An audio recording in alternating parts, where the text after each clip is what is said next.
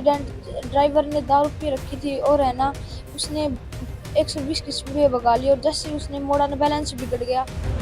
नमस्कार दोस्तों, आप सभी जानते हैं कि किस तरीके से कल हरियाणा में एक स्कूल बस का एक्सीडेंट हुआ।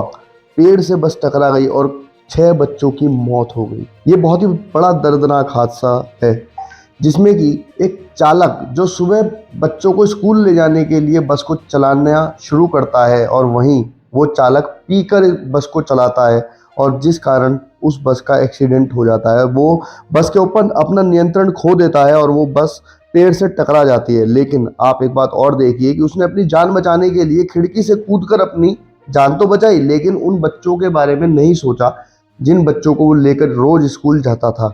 इस बात की शिकायत वहां के अभिभावकों ने भी प्रिंसिपल से की कि इस व्यक्ति ने आज शराब पी रखी है, लेकिन प्रिंसिपल ने कहा कि आप उसे कुछ मत कहिए, आज हम उसको समझा देंगे जिससे कि भविष्य में ऐसा नहीं होगा। लेकिन यदि प्रिंसिपल उसी समय कोई ऐसा एक्शन ले लेती, उसी समय उस ड्राइवर को बस लाने से रोक देती, तो शायद ये हादसा नहीं होता। हम बात कर रहे हैं कि प्रशासन की नींद क्यों हादसा होने के बाद ही टूटती है।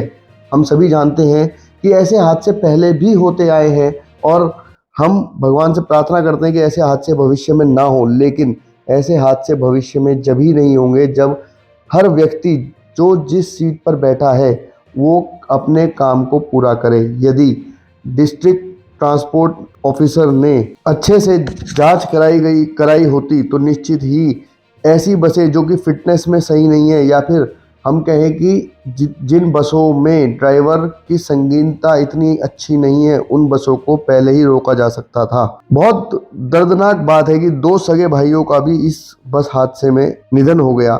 आज सरकार पक्ष की हो या विपक्ष की हो, कोई भी सरकार हो, वो मुआवजा देने की बात कर सकते हैं, क्योंकि ये एक ऐसी घटना है जिस पर राजनीति ना ही होनी चाहिए, ना ही किसी व्यक्ति को करनी चाहिए। लेकिन हमें समझना होगा कि गुरुग्राम के अंदर भी द्वारका एक्सप्रेस वे पर स्कूल की बसें उल्टी दिशा में चलती हैं, रॉन्ग साइड चलती हैं, अभी तक भी उन पर कोई कार्रवाई नहीं की जा रही है। आज प्रश्न चिन्ह तो सभी लगा रहे हैं कि ईद की छुट्टी के बावजूद स्कूल खोले गए, लेकिन सबसे बड़ा प्रश्न चिन्ह ये होना चाहिए, सबसे पहली बात हमें ये समझ लेनी चाहिए कि जब हमारे देश में ये कानून है कि 300 मीटर के अंदर, किसी भी स्कूल के 300 मीटर के अंदर शराब या फिर कोई ऐसा नशीला पदार्थ भी नहीं बिक सकता, तो फिर एक शराब पिया हुआ व्यक्ति उस वाहन को चला भी कैसे सकता है? इस पर कोई बात नहीं कर रहा है। इसमें सीधे सीधे बहुत बड़ा प्रश्न चिन्ह खड़ा हो रहा है कि एक शराब पिए हुए व्यक्ति ने बच्चों को लाने के लिए स्कूल बस का संचालन किया।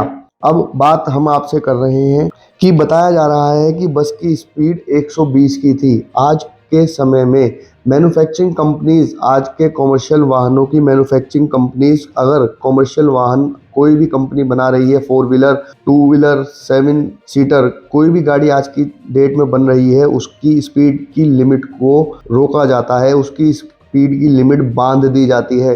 तो हमारा अपने चैनल के माध्यम से सरकार से और मैन्युफैक्चरिंग कंपनियों से भी आग्रह है कि सरकार और डिस्ट्रिक्ट आरटीओ ऑफिसर भी इस बात की पुष्टि करे, लिखित में आग्रह करे मैन्युफैक्चरिंग कंपनी से कि इनकी स्पीड लिमिट भी बांधी जाए, वो उस स्पीड लिमिट से ऊपर उनको चला ही ना पाए, क्योंकि यदि स्पीड लिमिट ही नहीं होगी तो निश्चित ही कोई हादसा नहीं होगा और ऐसे हादसे भविष्य में कुछ हद तक कम किए जा सकते हैं।